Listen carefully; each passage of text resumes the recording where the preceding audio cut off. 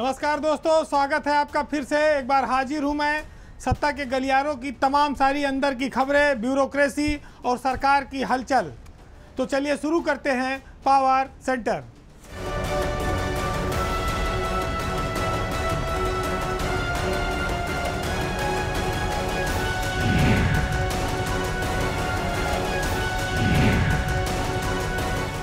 लेकिन सरकार कई बार अपने प्रोग्राम के माध्यम से भी अफसरों की कार्यशैली को जांचती है।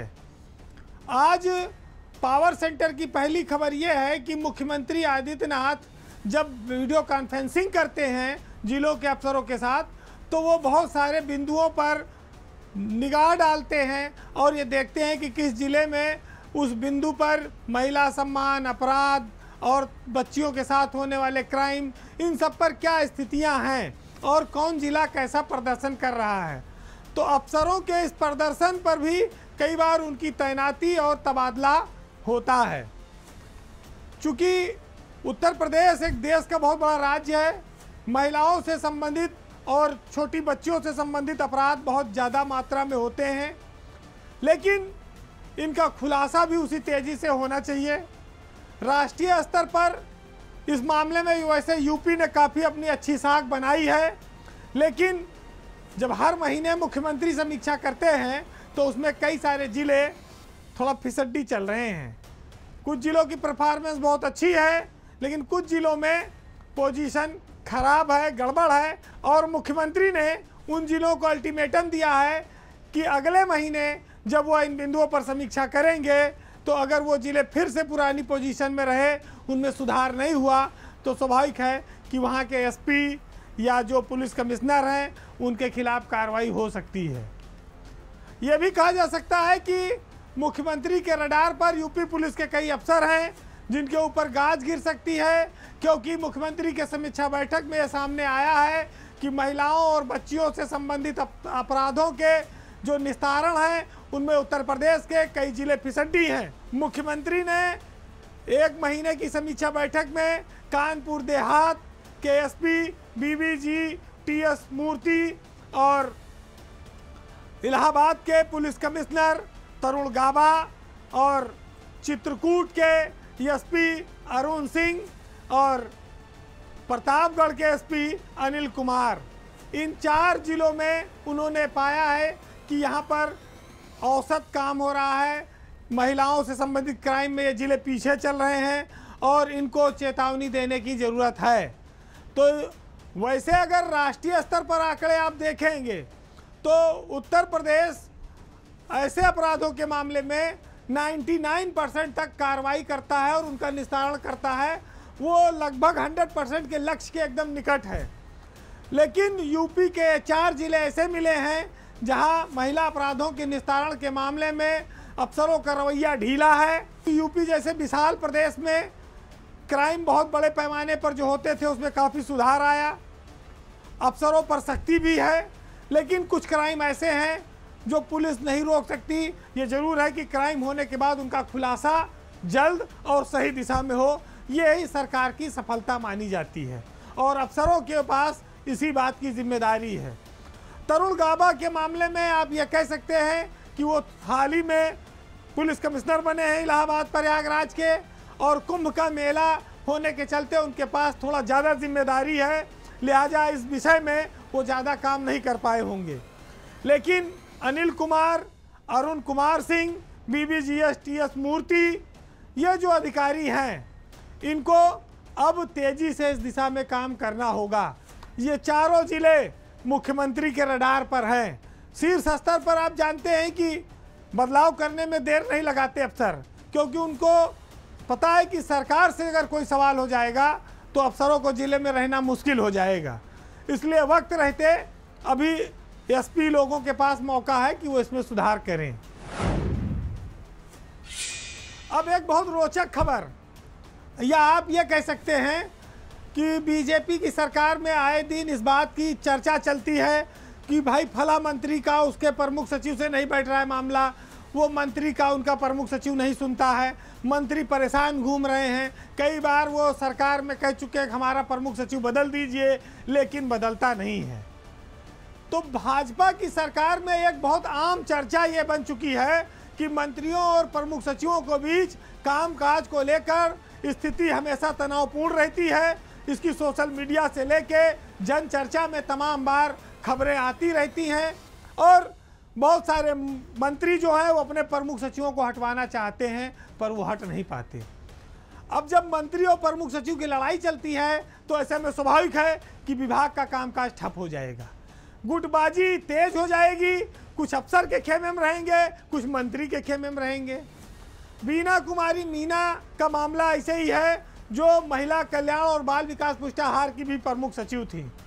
मुख्यमंत्री कैंप में उनके बहुत ज़्यादा हाई नंबर हैं, वो बड़ी ईमानदार भी मानी जाती हैं, लेकिन उनकी मंत्री जो हैं वो अपने प्रमुख सचिव के कामकाज से संतुष्ट नहीं हैं और यही वजह थी कि बाल विकास पुष्टाहार महिला कल्याण की मंत्री बेबी रानी मौर्य पिछले कई महीनों से अपने प्रमुख सचिव को हटाने के लिए एक तरह से सरकार में जंग लड़ रही थी और वो कामयाब भी हुई हैं। हालांकि सरकार ने बीना मीना का कद घटने नहीं दिया, उनके पास आबकारी, गन्ना, चीनी ये सब है और उनको आयुष जैसे एक और विभाग का प्रमुख सचिव बनाया है और प्रमुख सचिव जो आयुष में थी लीना जौहरी, अब उनको महिला कल्याण और बाल विकास पुष्टाहार में लाया गया है। मंत्री और प्रमुख सचिव के इस जंग में जीत तो मंत्री की हुई है। इससे एक बात और उभरती है कि जो लड़ेगा वो जीतेगा, जो लड़ा नहीं वो जीतने की उम्मीद ना करें, तो ये भी एक बात कही जा रही है। लेकिन ये अकेले कोई बेबी रानी मौर्य की स्थिति नहीं है। ऐसे कई विभाग हैं जहां प्रमुख सचिवों की शिकायतें उनके ही मिनिस्टर बार बार करते हैं, लेकिन हर बार मंत्री को ही झुकना पड़ता है या कहिए हारना पड़ता है। लेकिन बेबी रानी मौर्य का विरोध रंग लाया और आखिरकार सरकार को बीना कुमारी मीना को हटाना पड़ा। ये जरूर है कि अधिकतर मंत्रियों पर बेजा काम करने का भी आरोप लगता है, चहेतों को उपकृत करने का आरोप लगता है, विभाग में मलाई काटने का आरोप लगता है और इस आरोप के चलते ही उनके यहाँ ऐसे प्रमुख सचिवों की तैनाती की जाती है कि जो उनके मन मुताबिक बहुत काम न करें। मंत्री अगर पूरब कहें तो प्रमुख सचिव पश्चिम चले, तब उसके एक तो सरकार में भी नंबर बढ़ जाते हैं और उसको हटाने और रखने का अधिकार सरकार को है। तो फिर वो गाड़ी ऐसे साल 2 साल 3 साल खींचती है और मंत्री कार्यकाल आधा ज़्यादा बीत जाता है। हालांकि कई बार मजबूरी में सरकार को उन अफसरों को हटाना पड़ता है जिनको वो खुद ही कह रहती है कि देखो गलत काम ना होने देना, मंत्री अगर उल्टा सीधा बोलें तो सुनना नहीं। लेकिन मजबूरी में कई बार ये चीज़ें फिर बदलती हैं। तो इस विवाद में इस बार तो मंत्री बेबी रानी मौर्य का पल्ला भारी रहा है। अब बीना कुमारी मीना और उनके पति वो भी उत्तर प्रदेश में बाबूलाल मीना भी प्रमुख सचिव एसीएस हो गए हैं, अब तो वो रैंक में हैं। दोनों काफ़ी चर्चित अफसर हैं। जहां जिस विभाग में रहे हैं मंत्रियों से पटरी कम खाई है। वो पहले कोऑपरेटिव में रहे, कोऑपरेटिव मंत्री से भिड़े रहे जेपीएस राठौर से, फिर वहां से वो गए उद्यान में आजकल पड़े हैं। अब लेकिन उनकी मैडम को काफ़ी सरकार में महत्व मिला हुआ था, 4 विभाग की वो प्रमुख सचिव थी। अब मंत्री परेशान, दिल्ली से लेकर लखनऊ तक रोज चक्कर, हर जगह शिकायत, सुनवाई कोई नहीं। फिलहाल बेबी रानी मौर्य की जो लड़ाई थी उससे और मंत्रियों को भी एक सबक मिलता है कि अगर आप सही हो तो आपको लड़ना आना चाहिए। अगर आप मुंह खोलोगे, मुख्यमंत्री से उनके सामने बातें रखोगे, अफसरों की बातें बताओगे, उनकी कमियों को, तो आपकी बात भी सुनी जाएगी। लेकिन यहाँ तो अधिकतर खुदे घुटना कीचड़ मसना है। वो मुख्यमंत्री के सामने किस हिम्मत से बात करें कि साहब ये हमारी प्रमुख सचिव गड़बड़ है। जहाँ एक बार डांट पड़ी उसके बाद दोबारा हिम्मत भी नहीं पड़ेगी, अरे तुम अपना देखो पहले, तो उसी में डर जाते, सिकुड़ गए। फिर प्रमुख सचिव से सोचते हैं तो कोनो तरह से हाथ मिलाई बोल हो जाए कि काम दोनों के चले, या फिर झंडा झुका देते हैं, सरेंडर कर देते हैं कि भाई थोड़ा मोड़ा हमारा सुन लो, बाकी जैसा चल रहा है चलाओ तुम लोग। तो ये सरकार की एक असली कहानी है जो आपको मैं बता रहा हूँ। एक कहानी का जो अंत रहा या जो कहिए परिणाम है वो मंत्री के लिए इस बार थोड़ा सुखद हो गया, बस इतने हैं। अब एक ऐसी खबर की चर्चा जिस पर सब टकटकी लगाए हैं कि भाई मुख्यमंत्री के अपर मुख्य सचिव का मामला है, एसपी गोयल का मामला है। अब जो ब्यूरोक्रेसी के अफसर हैं वो तो लगाए ही हैं, जो लोग मीडिया में हैं, जो लोग व्यापार में हैं, जो लोग सरकार के काम काज में रुचि रखते हैं, उन सबकी निगाह है कह रहे गोयल जाएंगे कि यहीं रहेंगे। सबकी पोस्टिंग आ रही है, गोयल साहब की पोस्टिंग आई नहीं। तो आज मुख्यमंत्री के जो एसीएस हैं, अपर मुख्य सचिव एसपी गोयल को लेकर ये कहानी है कि दिल्ली में उनकी तैनाती को लेकर कई सारे पदों पर चर्चा चली, कयास चला। उनके साथ देवेश चतुर्वेदी को भी एनओसी मिली थी, वो दिल्ली चले गए, वो केंद्रीय कृषि सचिव बना दिए गए, उनकी जगह पर तैनातियां भी हो गई। लेकिन एसपी गोयल के लिए अभी तक कोई पोस्टिंग नहीं आई। चर्चा इस बात की थी कि वो केंद्रीय गृह सचिव बनाए जा सकते हैं, लेकिन वहाँ पर गोविंद मोहन की तैनाती हो गई, जो अब देश के नए गृह सचिव हो गए हैं। गोविंद मोहन भी 1989 बैच के ही अफसर हैं, उन्होंने भल्ला की जगह ली है। गोविंद मोहन से पहले एसपी गोयल का नाम था कि वो नए होम सेक्रेटरी बन सकते हैं, लेकिन वहाँ वो नहीं हो पाया। अब ये बात आई थी कि एसपी गोयल डीओपीटी के सेक्रेटरी बन सकते हैं, लेकिन वहाँ भी जोशी जी की तैनाती हो गई। हरियाणा कैडर के वो अफसर हैं, वो भी 1989 बैच के हैं। जब उनको एनओसी मिली और देवेश चतुर्वेदी को एक साथ, तब ये कहा गया कि अब 20 जुलाई तक देवेश चतुर्वेदी और एसपी गोयल दोनों दिल्ली चले जाएंगे। अब यहाँ मुख्यमंत्री कार्यालय में नए अफसर ढूंढने पड़ेंगे, उनकी तैनाती होगी। फिर 20 जुलाई बीत गई, कुछ नहीं हुआ। फिर उसके बाद जुलाई के बाद अगस्त शुरू हो गया, फिर कहा गया कि 15 अगस्त तक अब गोयल साहब दिल्ली चले जाएंगे। फिर गोयल साहब 15 अगस्तों मन गया। इसी बीच देवेश चतुर्वेदी की पोस्टिंग आ गई, वो चले गए। अब ये कहा गया कि नहीं, बस बहुत जल्दी अब गोयल जाने वाले हैं। एसपी गोयल एनओसी लिए बैठे हैं, लेकिन केंद्र में जहां उनको जाना था वहां पर सब पद भरा जा रहा है, तो फिर वो जाएंगे कहां? भाई गुमनाम कोई पद हो, भाई कैबिनेट सेक्रेटरी नया बन गया, गृह सचिव नया बन गया, डीओपीटी में नया सचिव आ गए जोशी जी। अब यूपी के इतने बड़े अफसर के लिए वहाँ बचा क्या? तो अब चर्चा ये भी आ गई है कि अब शायद एसपी गोयल दिल्ली नहीं जाएंगे। एसपी गोयल के लेकर जो कयासबाज थे, जो चर्चा कर रहे थे, वो हार मान गए कि अब लग रहा है कि कुछ नहीं होगा, ऐसे चलेगा। और ये भी कहा जाए कि वो इस बात का इंतज़ार करेंगे कि जब वो सीनियरिटी में सबसे ऊपर आएंगे तो हो सकता है वो उत्तर प्रदेश के नए मुख्य सचिव बने। तो यूपी जैसे राज्य का मुख्य सचिव बनना भी बहुत गौरव की बात होता है, इसके लिए भी उनका नाम कई बार चला है। मैं आपको बताऊं कि जो उत्तर प्रदेश से नए गृह सचिव बने हैं गोविंद मोहन, वैसे उनका कैडर तो सिक्किम है, लेकिन वो अपने उत्तर प्रदेश के ही रहने वाले हैं, लखनऊ के ही गोविंद मोहन रहने वाले हैं। और यहीं हजरतगंज में जो कैथेड्रल स्कूल है, यहीं वो पढ़े हुए हैं, लखनऊ में इंटर तक। फिर वो बनारस में भी गए थे, वहाँ पर भी उन्होंने पढ़ाई की है, इंजीनियरिंग की है।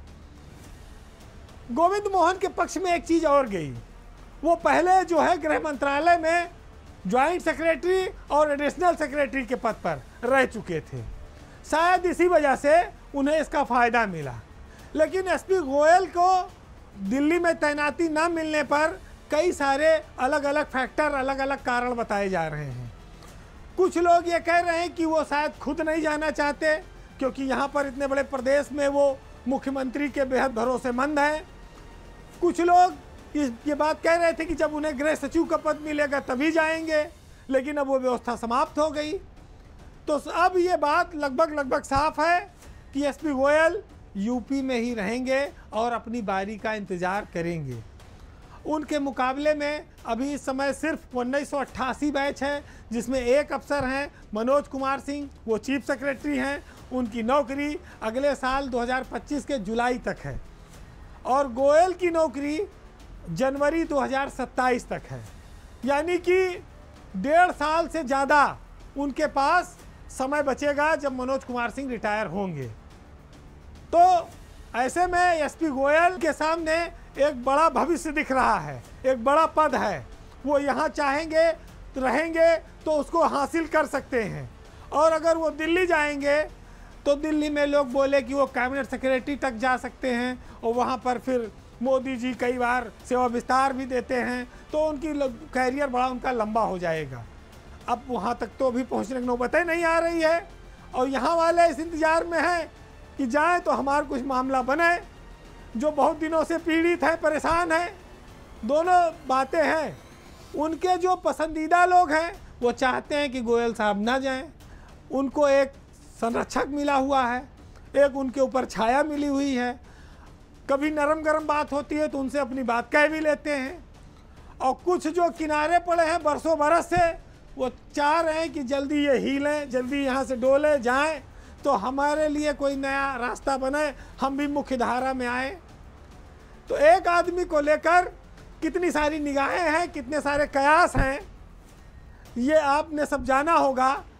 हालांकि 100% ये कहना कि गोयल साहब दिल्ली नहीं जाएंगे थोड़ा अभी जल्दबाजी होगी। अभी ये महीना अगस्त का और रुक जाना चाहिए, उसके बाद ये कहा जाएगा कि अब गोयल साहब लखनऊ ही रहेंगे, यूपी ही रहेंगे, वो दिल्ली जाने वाले नहीं हैं, लेकिन 31 अगस्त के बाद।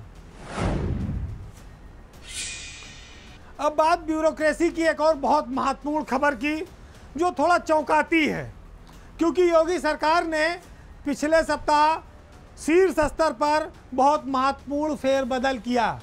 ये महत्वपूर्ण फेरबदल इसलिए था क्योंकि इसकी बड़ी प्रतीक्षा थी, क्योंकि नियुक्ति सचिव का जो पद होता है वो उत्तर प्रदेश में बहुत महत्वपूर्ण पद है और इस पद पर किसी ऐसे व्यक्ति को बैठाया जाता है जो उत्तर प्रदेश की बहुत अच्छी समझ रखता हो और जो मुख्यमंत्री के लिए भरोसेमंद हो और बेदाग भी हो। हालांकि बहुत आश्चर्यजनक रूप से इस पद पर 1996 बैच के एम देवराज की तैनाती हुई है। एम देवराज को नियुक्ति सचिव बनाए जाने से पूरी ब्यूरोक्रेसी हैरान है कि आखिर ये कहाँ से फैसला हो गया, इतनी बड़ी लॉटरी देवराज की कहाँ से निकल आई, क्योंकि वो अभी एक बहुत जूनियर अफसर है, 96 बैच है और यहाँ पर अभी 88 बैच सर्विंग कर रहा है, सेवा में है। देवराज पर इतनी बड़ी मेहरबानी हुई कि उनको नियुक्ति विभाग के साथ साथ सेल टैक्स विभाग भी दिया गया। हालांकि आलोक कुमार का नाम भी एक बार नियुक्ति सचिव के लिए चला और जब उनका नाम कटा तो ये बात आई कि पी गुरु प्रसाद को भी नियुक्ति सचिव बना दिया जाए, लेकिन वो नहीं हो पाया। देवराज बाजी मार ले गए और उसके साथ साथ वो सेल टैक्स जैसे बहुत बड़े महकमे के भी प्रमुख सचिव बन गए। देवराज पर ये बरसात कैसे हो रही है? बिजली विभाग में तैनाती के दौरान सबको पता है कि नाराजगी के तौर पर सरकार ने उनको हटाया था। फिर आखिरकार ऐसा क्या हो गया कि एक साल के भीतर ही देवराज यूपी के सबसे महत्वपूर्ण विभाग के मुखिया बना दिए गए कि अब तो पूरे यूपी में जिस अधिकारी को जहां चाहे वहां टेढ़ा मेढ़ा करें, जिसकी चाहे जांच खोलें।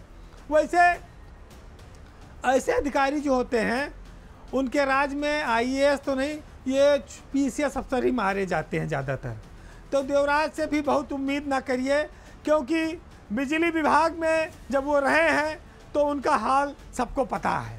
देवराज अपने आप को ईमानदार होने का ढोल पिटवाते हैं, लेकिन ये बात बिजली विभाग में तैनाती के दौरान सबको पता है कि उन्होंने 16 सलाहकार नियुक्त कर रखे थे, जिन पर लाखों रुपया महीना, कई लाख रुपया महीना खर्च होता था उनके वेतन पर, गाड़ी पर और सुविधाओं पर। और यहाँ तक ये भी कहा गया कि बिजली में जब तक देवराज तैनात रहे उन्होंने एक जात विशेष के अफसरों को मलाईदार तैनाती देने में कोई कसर नहीं छोड़ी। इसके खुलेआम बहुत सारे आरोप भी लगे। व्यवस्था को जो लोग ये कहते हैं कि देवराज ने बिजली व्यवस्था सुधारी, उस समय याद होना चाहिए जब कोरोना काल में बिजली की खपत घट गई थी, मौसम अनुकूल था, उस दौरान देवराज ने खूब पीठ थपथपवाई।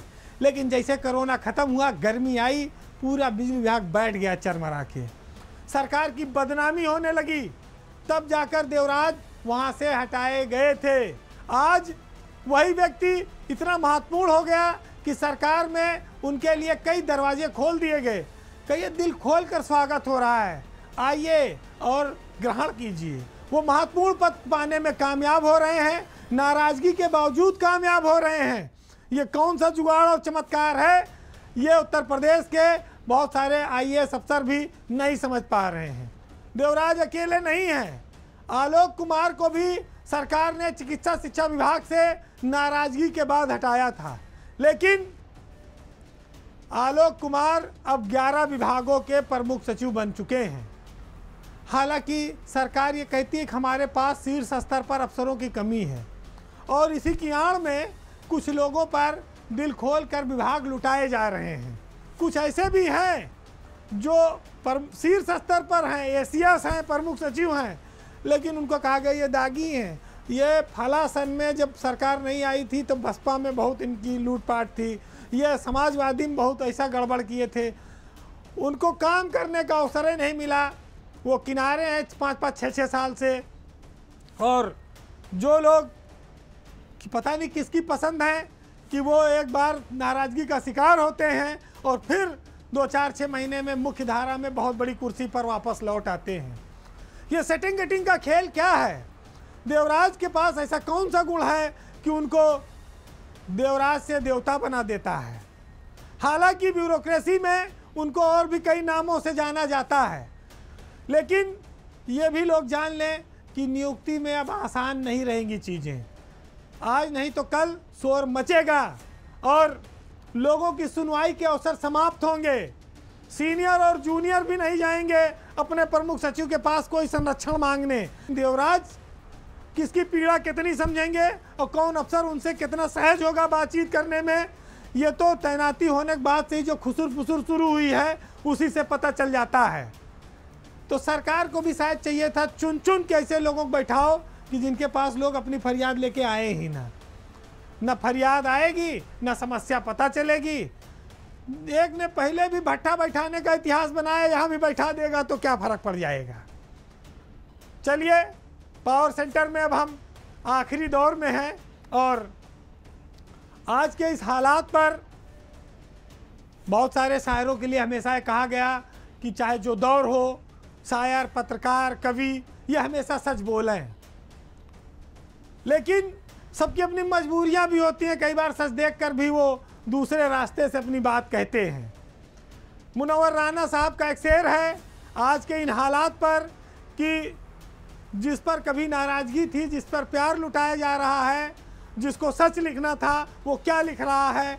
इस पर सुनिएगा कि अजब दुनिया है, ना शायर यहाँ पर सर उठाते हैं और जो शायर हैं वो महफिलों में दरी चादर उठाते हैं। तुम्हारे शहर में तो मैयत को भी सब कांधा नहीं देते, हमारे गांव में छप्पर भी सब मिलकर उठाते हैं। और गजल, हम तेरे आशिक हैं मगर इस पेट की खातिर कलम किस पर उठाना था, कलम किस पर उठाते हैं। नमस्कार।